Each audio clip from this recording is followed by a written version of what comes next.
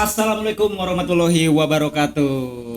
Lucky di sini dan malam ini gue kedatangan Mr. Bayu. Dia salah satu pegawai BUMN ya? Iya. Pegawai BUMN iya, dia juga praktisi outbound iya. Ada lagi selain itu?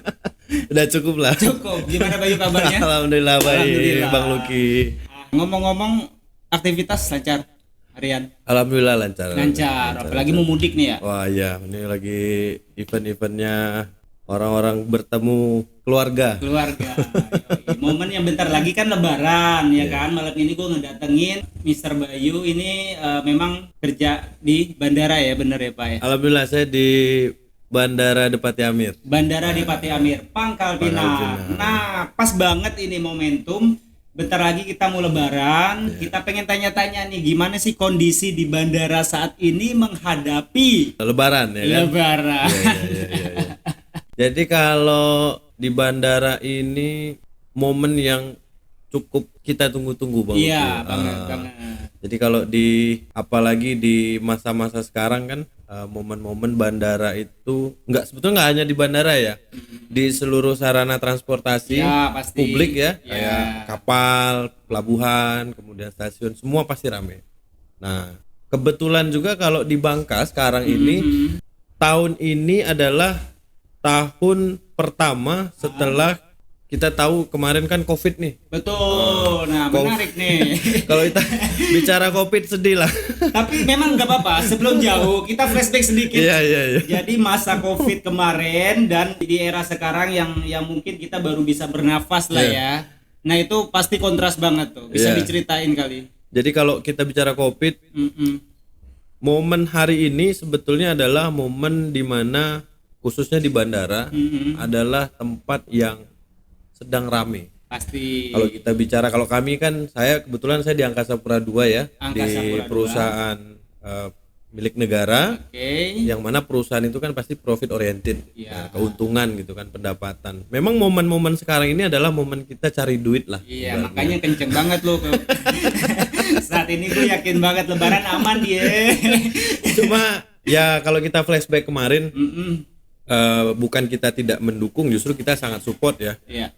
Siapa sih yang mau pandemi seperti kemarin Iya, gitu ya. iya. Tapi memang ya Baluki juga tahu, bahkan pemerintah dulu sempat mengeluarkan aturan dilarang mudik gitu kan. Iya. Saya kerja di Bandara Depati Amir, memang momen paling sedih saat kemarin lah. Yang mana kalau momen-momen hari ini kayak mudik mau lebaran gitu kan, itu pasti ramai sekali. Nah 2 tahun kemarin itu sepi karena kayak ada momen yang hilang gitu. ya karena memang ya sedih ya. Kita yakin itu adalah suatu cerita yang mungkin kita bisa tularkan atau kita ceritakan ke adik-adik kita nanti gitu loh, bahwa memang bandara dulu pernah mendapat sebuah tantangan yang sangat berat gitu loh. Tapi yang perlu diapresiasi,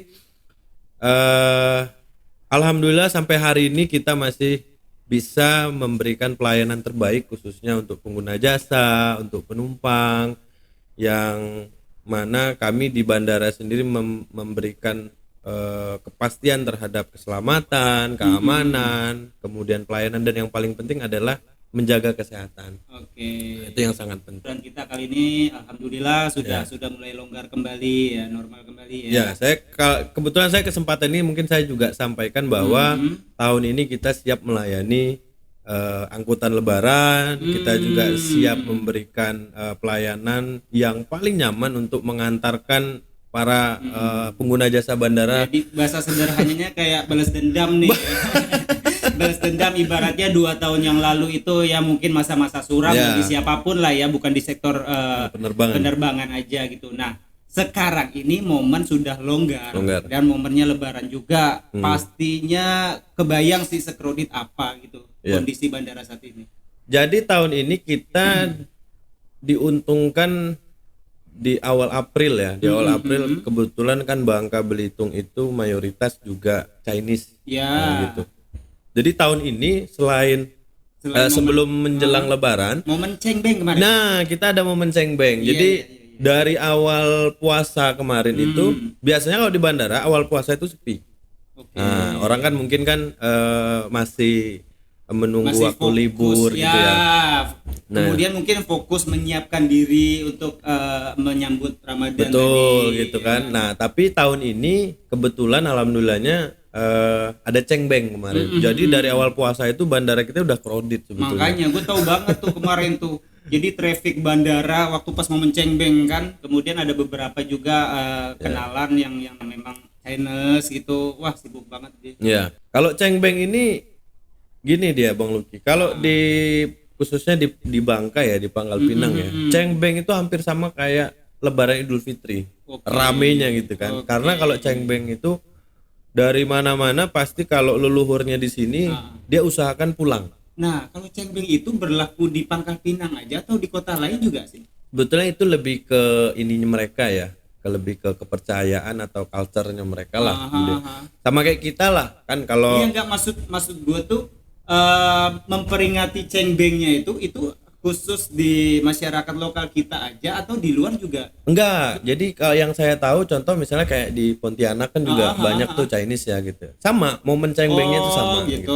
Nah, Emang momen etnis mereka etnisnya lah ya. mereka. Etnis secara Sama kayak luas kita lah kalau lebaran pertama kan kita nyekar tuh ziarah ke makam. Sama mereka seperti itu. Oke. Nah, dari cengbeng berarti dimulai kemarin tuh. Mulai cengbeng. Jadi minggu kemarin lah terakhir kan puncak arus balik cengbengnya.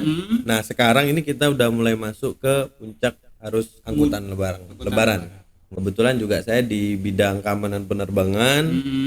Ya yang itulah mungkin yang sering berangkat tuh kan ada yang diperiksa penumpangnya, periksa barangnya. Nah, itulah tugasnya kita. Aviasi security ya. Ya, saya di aviation security. Memang fokus di keamanan penerbangan. Kalau penumpang itu gimana ya ceritanya? Orang ini kan karakternya beda-beda ya. Kalau di Bangka ini karakternya, kalau pesawat belum lewat rumah dia belum berangkat tuh ke bandara tuh. Nah, itu dia tuh. Unik emang orang Bangka tuh.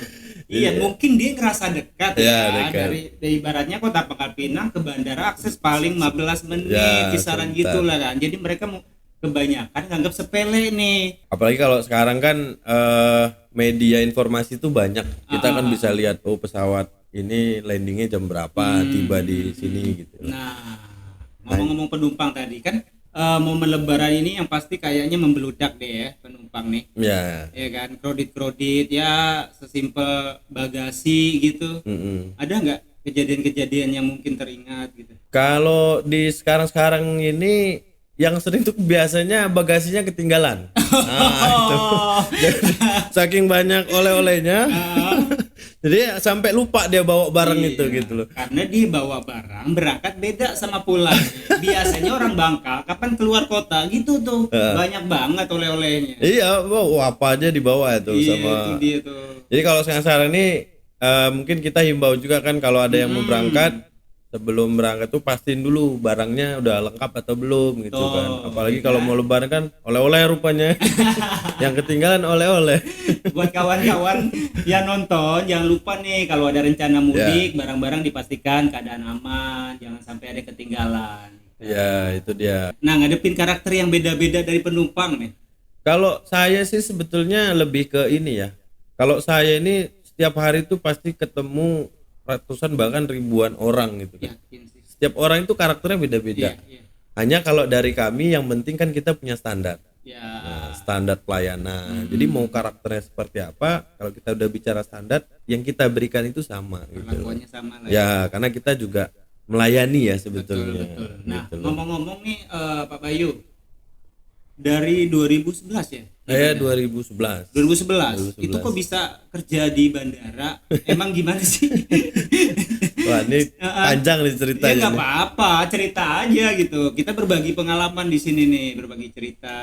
Jadi kalau dulu gini, saya waktu SMA dulu Bang Uci. Saya 2007 itu kan saya kelas 2 SMA ya. Oke. Nah, 2007 dulunya bandara itu kan dikelola oleh istilahnya dulu kita UPT ya, unit pelayanan teknis yang memang dikelola oleh Kementerian Perhubungan langsung. Nah, Kementerian Perhubungan ini sebagai pengelola bandaranya, tetapi tidak profit oriented. Dia hanya menjalani fungsi konektivitas, jangan sampai daerah kita terisolasi lah ibaratnya Oke, gitu loh. oke. Jadi tetap ada bandaranya gitu. Nah, 2007 itu gencar-gencar informasi PT Angkasa Pura II yang hari ini mengelola Depati Amir itu dia mengambil alih pengelolaan bandara di Depati Amir, khususnya di Pangkal Pinang. Nah, saya 2007 itu saya udah nyari informasi Angkasa Pura II itu apa sih gitu loh. Jadi dalam benak saya 2007 kayaknya Pulau Bangka ini bakalan maju nanti gitu loh. Bakalan maju, kemudian juga bandaranya akan semakin besar. Kalau kita bicara bandara itu kan pintu gerbang. Oke, Jadi semakin bandaranya rame, artinya aktivitas di Pulau Bangka itu juga rame gitu loh. Baik dari ekonominya, sosial dan lain-lain. Nah, 2007 akhirnya saya ada ketertarikan gitu loh. Karena dulu kan zaman dulu ya, kalau orang kerja di bandara itu kayak banyak duitnya. Iya, emang Pak, ya nggak usah jauh-jauh sampai ke bandara. Kita yang di kampungan sendiri kapan lihat pesawat aja minta duit. Ya, itu dia. Ngalamin kan? Soal berapa minta duit gitu kan. Iya, entah mengapa image itu kok jadi kayak melekat di masyarakat kita ya. Ya. Kapan ada pesawat minta duit dong. Nah, image itu bisa kebentuk seperti itu. Itu saya 2007 itu seperti itu. Kayaknya kalau kerja yang bandara. ada pesawat-pesawatnya ini banyak duitnya gitu ya. Oh, dari situ tuh Jadi ketertarikan dari itu. awalnya tuh. Nah, tapi kan masih kelas 2 SMA tuh ya. Oke. Pas kelas 3 SMA 2008, Angkasa Pura II kan udah masuk duluan nih 2007. Oke. Akhirnya saya cari sekolah dulu tuh. Sekolah, dapatlah saya sekolah di Jogja dulu tuh kan. Sekolah di manajemen transportasi udara lah. Oh, langsung berarti ya dari SMA tuh ya. Ya, jadi manajemen bandar udara gitu. Waktu itu saya sekolah.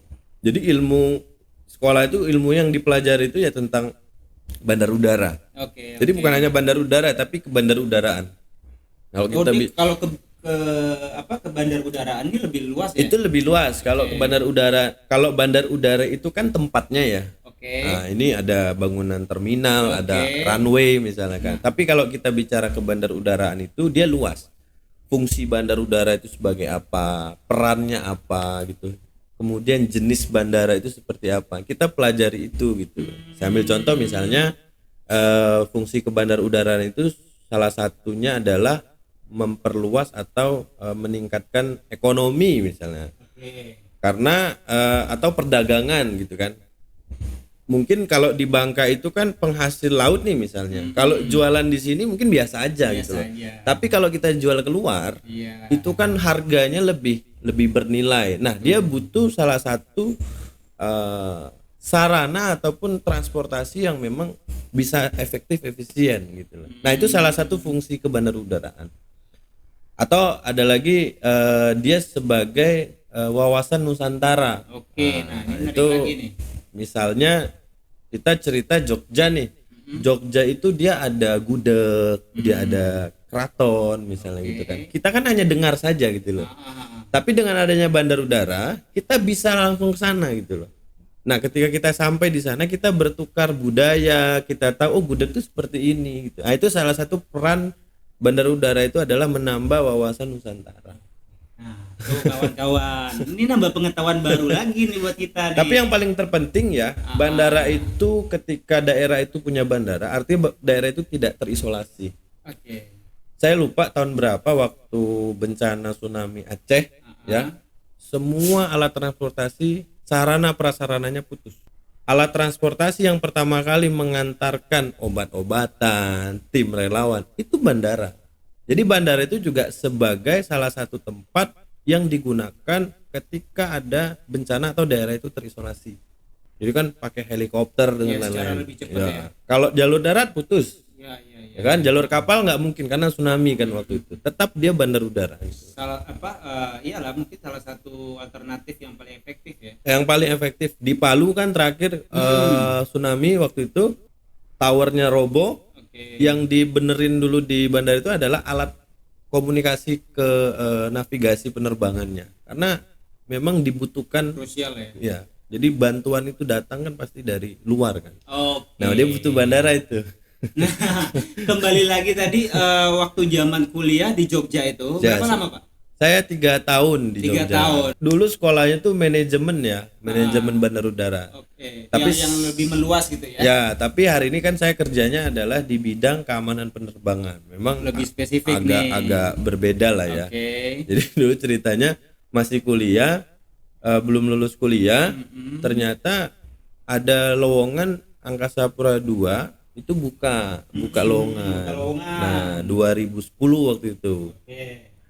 Akhirnya saya daftar, tapi karena belum selesai sekolah, ijazah SMA kan dulu kan. Dulu ngambil apa? Rupanya yang tersedia itu ada fashion security tadi, keamanan penerbangan. Akhirnya saya ambil lah itu. Tapi saya nggak tahu tuh keamanan penerbangan itu apa, belum tahu gitu kan. Cakupannya apa-apa Iya, aja pokoknya gitu. dulu pikirannya kerja dulu lah gitu loh. Yang penting kerjanya di bandara. Iya, kebetulan juga tesnya di sini di Pulau Bangka. Oh. Nah, jadi dulu ada beberapa daerah yang dibuka untuk tempat lokasi tes. Saya pilih yang di Bangka. Bangka. Jadi bolak-balik tuh. Bang, dari Jogja Bangka bolak-balik tesnya kan sampai 5-6 kali lah kalau saya nggak salah. Jadi kalau bekerja di bidang fashion security ya, keamanan penerbangan itu memang dia harus punya lisensi yang memang dikeluarkan oleh Kementerian Perhubungan. Nah, regulatornya lah. Oke. Dan Ada SIM lah, kayak SIM Oke, gitu. nah itu ringkesnya kayak SIM deh gitu. Dan lu ikut itu ya? Karena wajib. Kalau nggak ada itu kita nggak bisa kerja. Oke. Syarat wajib Ya. berarti. Jadi kalau di penerbangan yang bergerak di bidang keselamatan keamanan penerbangan itu dia harus punya lisensi. Iya, iya. Di sekolah lagi gitu. Ya loh. memang di bidang-bidang lain pun harus punya ya. Kayak pilot gitu Iya, kan. iya. Pilot kan punya lisensi. Oke. Pramugari gitu. Yang mengeluarkan ya Kementerian Perhubungan. Perhubungan. Ya barulah saya di sekolahin kan dulu dari Angkasa Pura kan. Oh ternyata akhirnya Oh, itu lu statusnya di sekolah di Angkasa Pura, jadi tes dulu. Oh. Lulus keterima kan belum punya lisensi tuh. Nah, Angkasa Pura nyekolahin waktu itu kebetulan difasilitasi kita. Setelah lu ngikutin itu, ada nggak dari ilmu yang lu dapet di bangku kuliah itu sejauh mana sih? Sebetulnya kepake karena kan saya belajarnya tentang manajemen bandar udara. Nah, Secara salah umum, satu yang di manage bandar udara itu adalah ya keamanannya juga gitu loh. fashionnya, Jadi security ya. kalau kita bicara penerbangan Bang Luki, kenapa sih naik pesawat tuh mahal ya? Atau ada nih kan kenapa sih kalau beli minum di pesawat, bandara nih di misalnya bandara kan, aja gitu. itu 2 kali lipat bahkan 3 kali lipat nih harganya gitu kan. Biasanya kan dulu gitu kan kita mikirnya. Kasih pencerahan Pak. Jadi memang yang dijual ataupun yang diberikan ke pengguna jasa itu ya di dunia penerbangan itu penumpang lah ibaratnya. Yang dia beli adalah kita sebutnya 3S, 1C gitu lah. Nah, yang pertama adalah safety. Ya, kenapa transportasi udara itu sangat diminati? Karena keselamatannya itu betul-betul dijamin. Gitu loh. Kemudian yang kedua adalah security. Keamanan. Jadi selain keselamatan, keamanan. Karena penerbangan ini kan kayak bandar udara itu salah satu objek vital nasional ya. Kemudian juga salah satu tempat publik. Ya. Kalau bicara keamanan itu kejahatan yang terjadi di dunia penerbangan itu sangat mengundang perhatian. Makanya bandara itu juga sasaran empuk sebetulnya kalau kita bicara keamanan penerbangan ya, kayak ada teroris, pembajakan dan lain-lain. Dan ketiga baru servis. Pelayanan. Karena ya mungkin Bang Luki kalau naik pesawat itu kan zaman dulu kalau saya misalnya malam itu nggak tidur tuh Bang. Besok pakai baju apa ya? Besok pakai sepatu apa gitu kan? Karena kita ingin dilayani betul kan? Karena dia kan nggak kayak di transportasi lain nih misalnya kan? Makanya yang kita jual memang juga pelayanan. Gitu. Jadi safety, security, service. Baru yang yang terakhir kan ada C-nya ya, 31C. Nah, C itu adalah compliance. Jadi kepatuhan terhadap keselamatan, keamanan dan pelayanan tadi.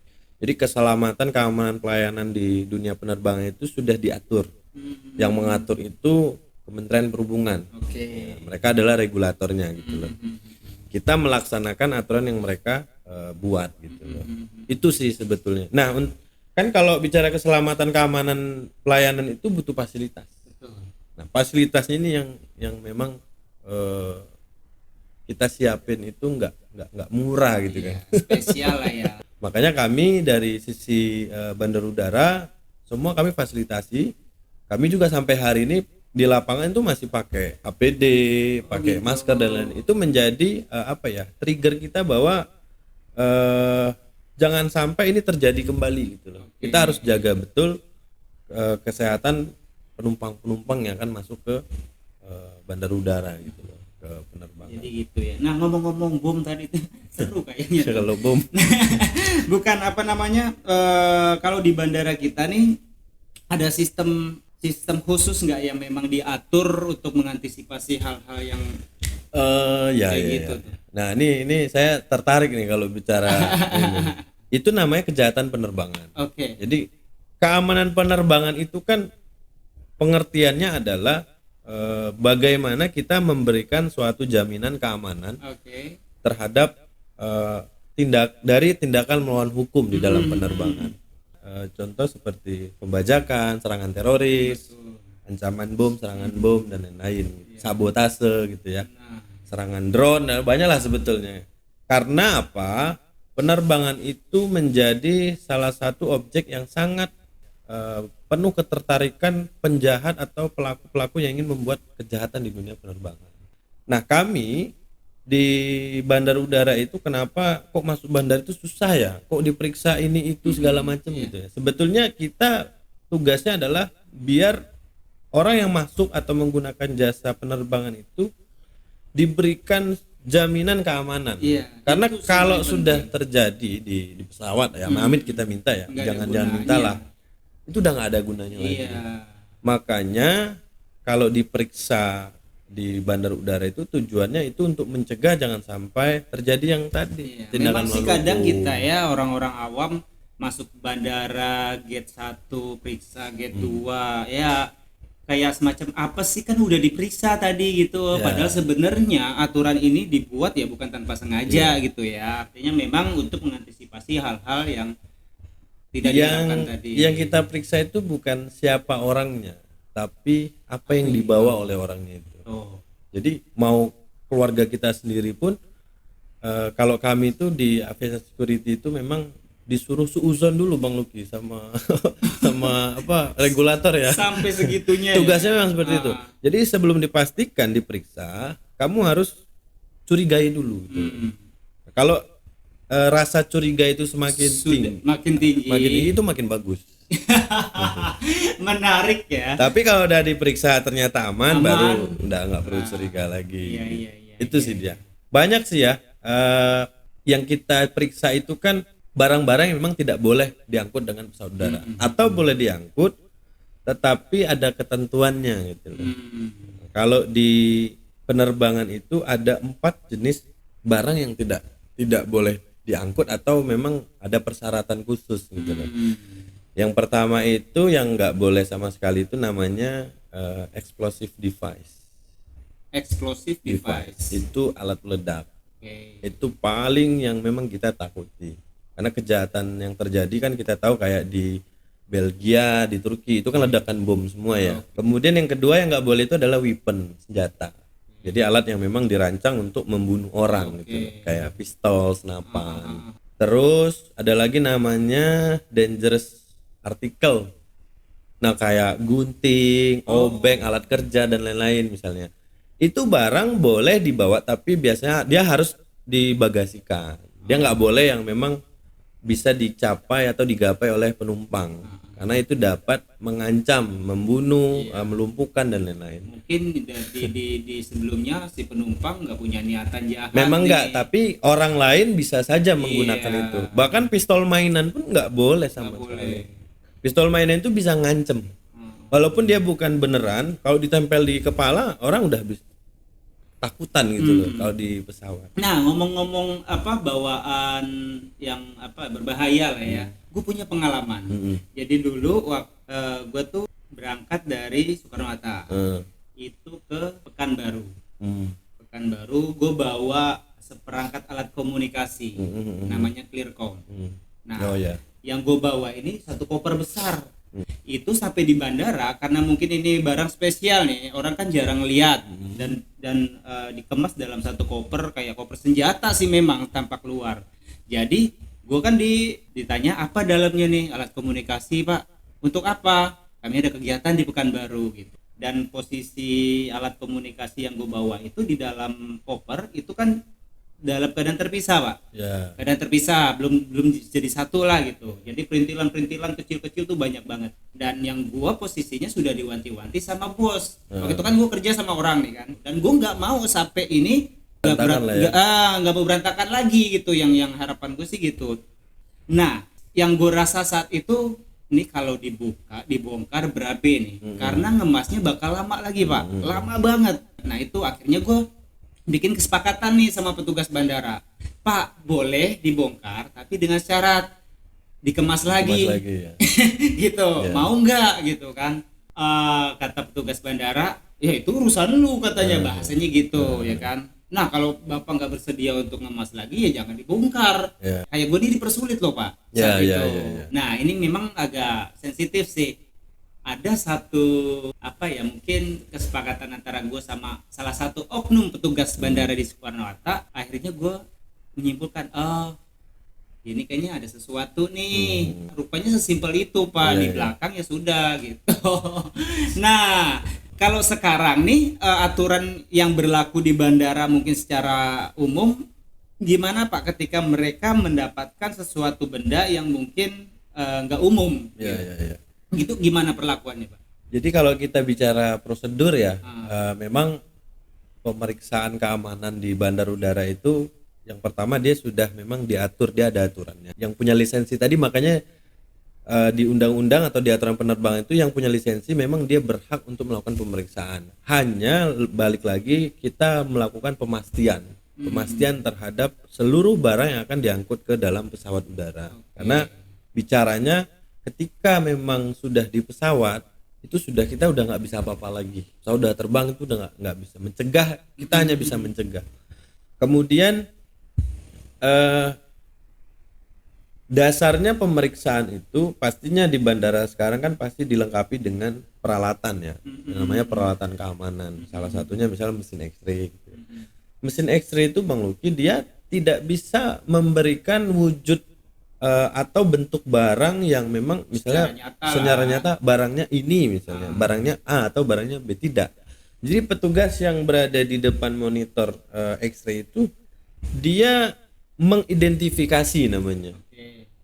Kemudian setelah diidentifikasi ada barang yang memang menurut dia dicurigai, ya kan? Dicurigai itu dalam artian kemungkinan barang ini ada unsur yang akan membahayakan.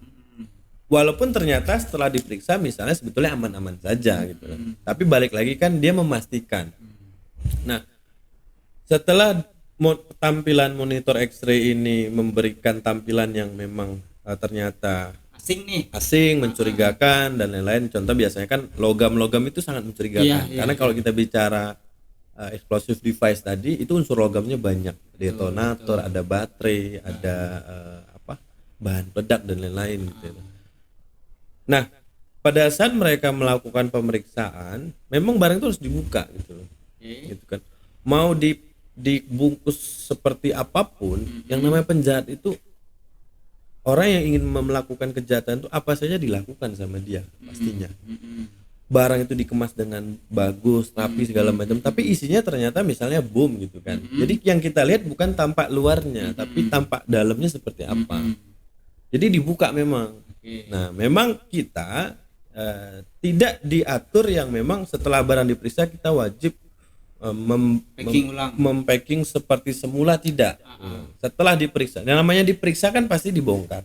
Tetapi kita dihimbau untuk membantu untuk mengemasnya gitu loh. Nah, itu yang gue pengen. Jadi balik lagi siapapun yang akan melalui proses pemeriksaan pastinya akan terhambat. Kalau masuk bandara itu kan dari mulai tiket kita diperiksa ya.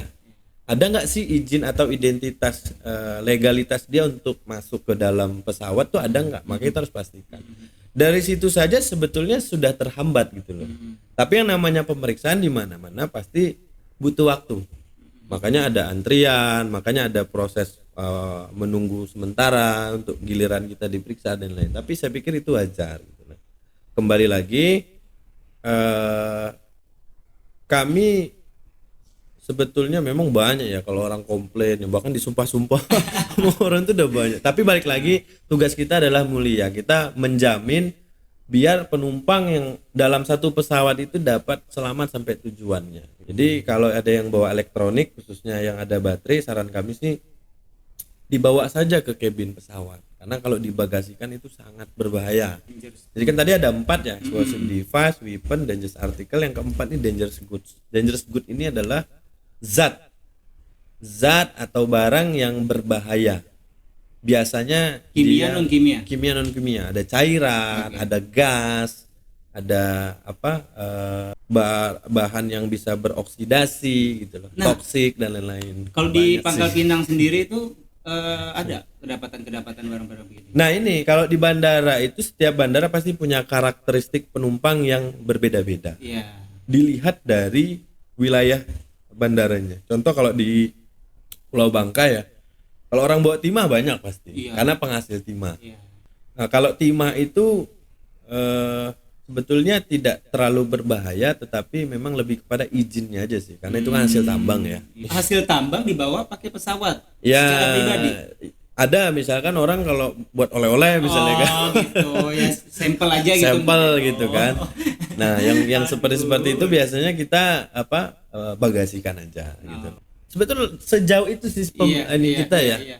Memang masalahnya karena mungkin masyarakat kurang dapat wawasan ke arah situ. Jadi kayak korek aja ditahan, mereka nggak itu berpikir. bahaya itu. Iya, makanya. Itu bahaya. Semua jenis korek itu berbahaya. Iya.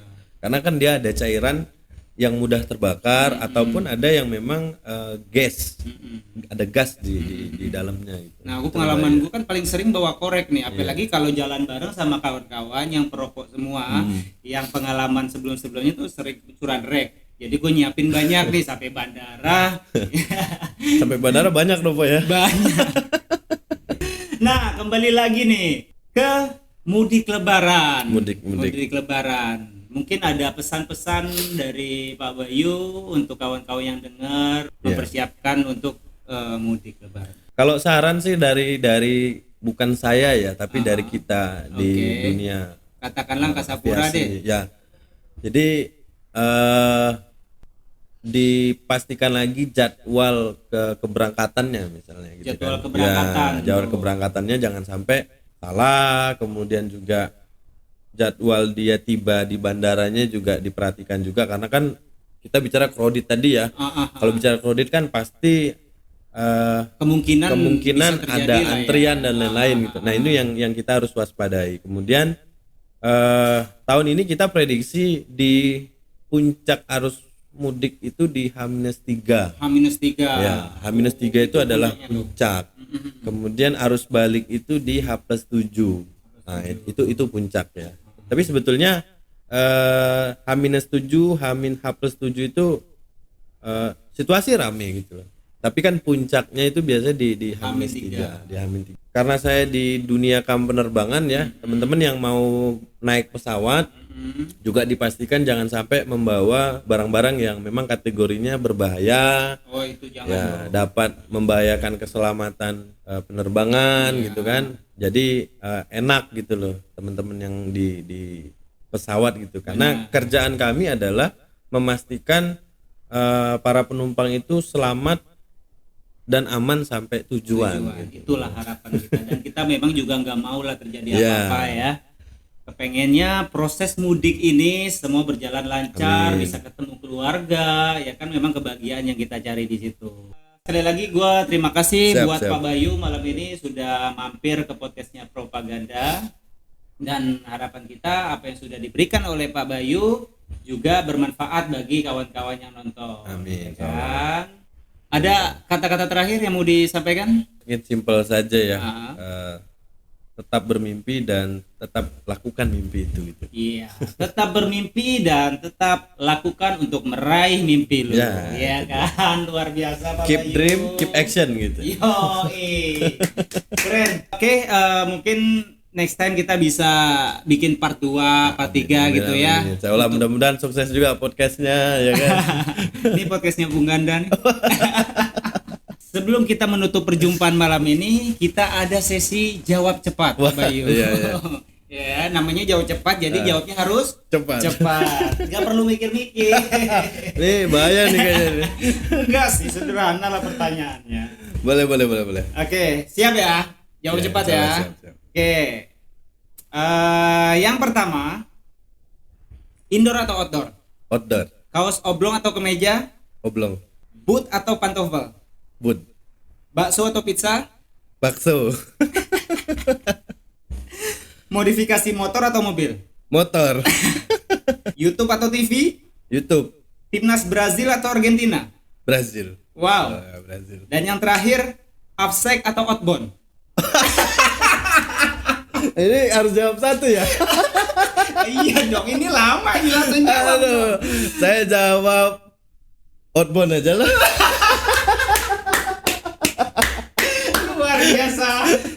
Aduh, pertanyaan yang sulit memang. Tapi terima Ini kasih banget sulit. malam ini, Siap. Pak Bayu. Makasih banget ya.